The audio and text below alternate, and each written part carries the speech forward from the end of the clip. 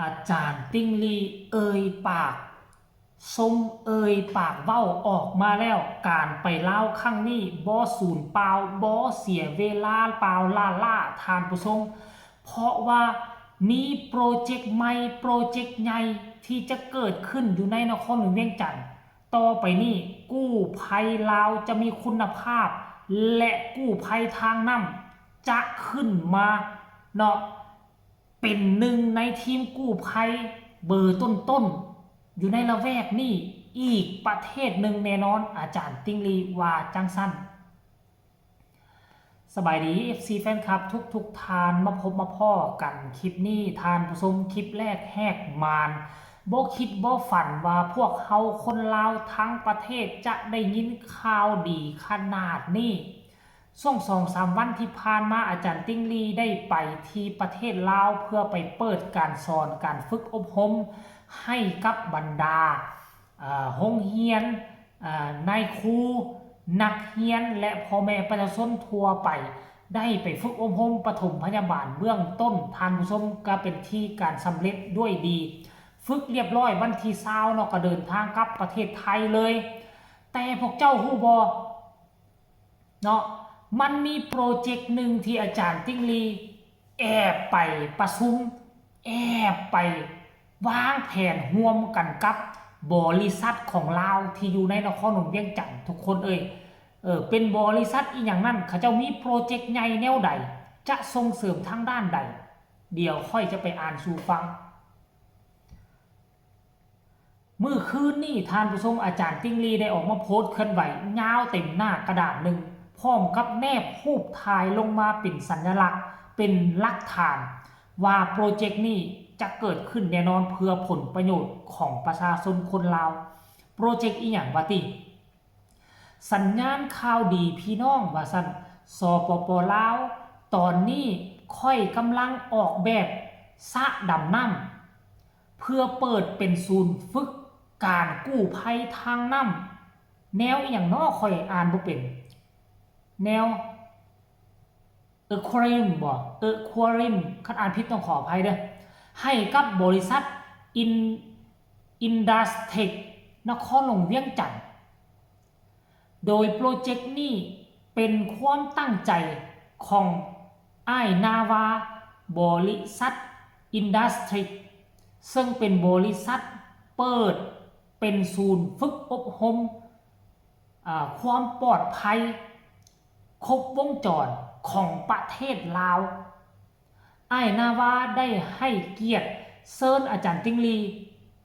ไปเป็นที่ปรึกษาและให้เป็นผู้ออกแบบพัฒนาศูนย์ฝึกทางน้ำเพื่อยกระดับ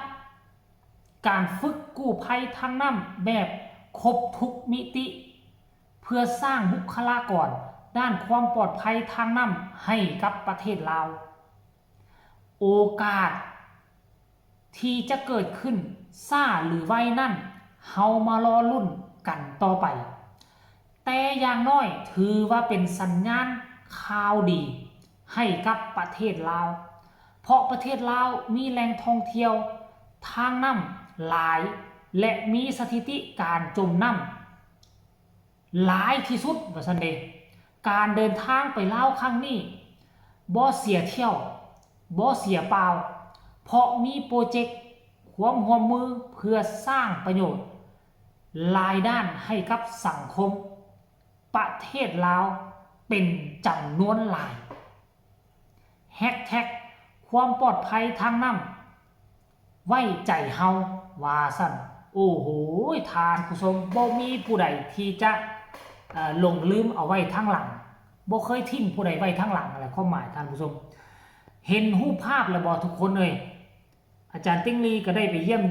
ยามศูนย์ตัวนี้เนาะได้ไปถ่ายรูปจับมือถือแขนแล้วก็ได้เข้าห้องประชุมความจริงนะอาจารย์ติ้งลีน่าจะไปขั้นวันที่19กับวันที่20น่าจะไป2มื้อนี่แหละแต่เพิ่นบ่โพสต์เคลื่อนไหวช่วงนั้นคือช่วงฝึกฝนฝึกอบรมกับโพสต์เรื่องราวเกี่ยวข้องกับฝึกอบรมกลับมาฮอดประเทศไทยปุ๊บเพิ่นก็จังจึงโพสต์เคลื่อนไหวถือว่าเป็นข่าวดีทุกคนเลยเป็นแห่งแรกของประเทศลาว เพราะต้องยอมรับว่าพวกเขาบ่มีศูนย์ฝึกอบรมทางน้ำกู้ภัยทางน้ำเนี่ยเขาบ่มีเลยมีแต่ว่าทหารทั้งจีนทั้งเวียดนามปีหนึ่งจะมาฝึกอบรมร่วมกันครั้งหนึ่งเริ่มมานี่ประมาณ2 ปีแล้วฝึกอบรมกับบ่มีศูนย์ดอกไปฝึกอบรมตามอ่างเก็บน้ำต่างๆบ่ว่าจะเป็นอ่างน้ำซ่วมบ่อ่างน้ำซ่วงอ่างน้ำหุ่มอยู่แถวเมืองนาไซทองเห็นกับเจ้าฝึกอยู่แต่ว่าฝึกลักษณะแบบนี้คือฝึกเป็นลักษณะสั้นๆ5 วัน10 วันฝึกไปแล้วกับบ่มีเหตุการณ์ให้ใส่ซอยเดี๋ยวมันก็ลืมไปแต่ขั้นท่ากรณีว่าเอกชนบริษัทเอกชนเปิดขึ้นมาแล้วก็ฝึกฝนหล่อหลอมให้กับบรรดาอาสาสมัครกู้ภัยที่ข้าเจ้าใส่เป็นประจำอยู่แล้วมันจะมีคุณค่ามันจะมีผลประโยชน์แล้วมันจะดีกว่านี่ท่านผู้ชมอันนี้ก็ถือว่าเป็นเรื่องเล่าดีๆเป็นข่าวดีสำหรับอาจารย์ติ้งลีถึกให้เกียรติเซิร์นไปเป็นที่ปรึกษาอีกแล้วนอกจากกู้ภัยสายภูเขาควายแล้วก็ยังมีบริษัทตัวนี้แหละท่านผู้ชมอินดัสทรีนอกจาก2 บริษัทเนี่ยค่อยก็คิดว่าน่าจะมีหลายม่องหลายทีแต่ว่าอาจารย์ติ้งลีบ่ได้เปิดเผยออกมาเพิ่นเป็นที่ปรึกษาเห็นบ่ล่ะเขาเจ้ามองเห็นความสำคัญเบิ่งเห็นความสำคัญว่าอาจารย์ติ้งลีนี่มีความเก่งกล้าสามารถเก่งกล้าสามารถโดยผลงานก็เห็นประจักษ์ตาความจริงมันมีหลายครั้งหลายคราวที่อาจารย์ติ้งลีมาและผลงานที่ประจักษ์ตาที่สุดก็มี2 ผลงานเขื่อนแตกที่เมืองสนามไซแขวงอัตตปือแล้วก็7 คนที่ถ้ำอยู่ที่ล่องแจ้งไม่มากๆ2 ผลงานนี่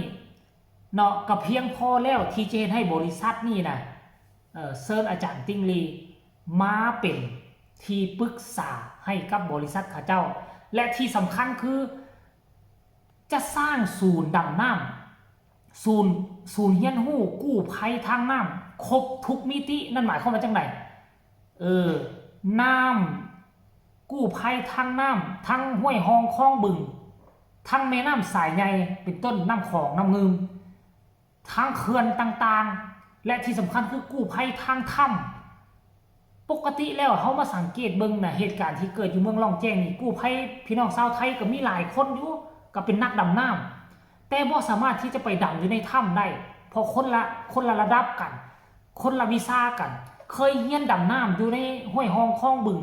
อยู่น้ำคลองแล้วจะไปดำน้ำอยู่ในถ้ำมันคนละเรื่องกันเลยเพราะฉะนั้นมันต้อง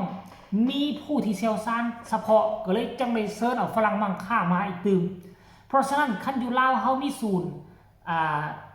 ฝึกอบรมกู้ภัยทางน้ำครบวงจรนี่นั่นหมายความว่าจังไดครบทุกมิติกู้ภัยทั้งถ้ำกู้ภัยทั้งน้ำลึกใต้เขื่อนหนองห้วยหองคลองบึงมีมดจะสอนขอให้เกิดขึ้นไวๆในอีกประมาณยังซ่าสุดเก่าจาก5-6 เดือนหรือปีนึงเนี่ยเด้อทานผู้ชมเนาะอันนี้ถือว่าเป็นข้าวดีเอามาฝากเอามาต้อนมื้อนี้คลิปแรกทานผู้ชมผู้ใดมีคำคิดคำเห็นแนวใดส่งข่าวมาได้ฝากผู้ละ1 ไลค์ฝากผู้ละ1 แชร์สำหรับคลิปนี้ลาทานผู้ชมไปก่อนสบายดี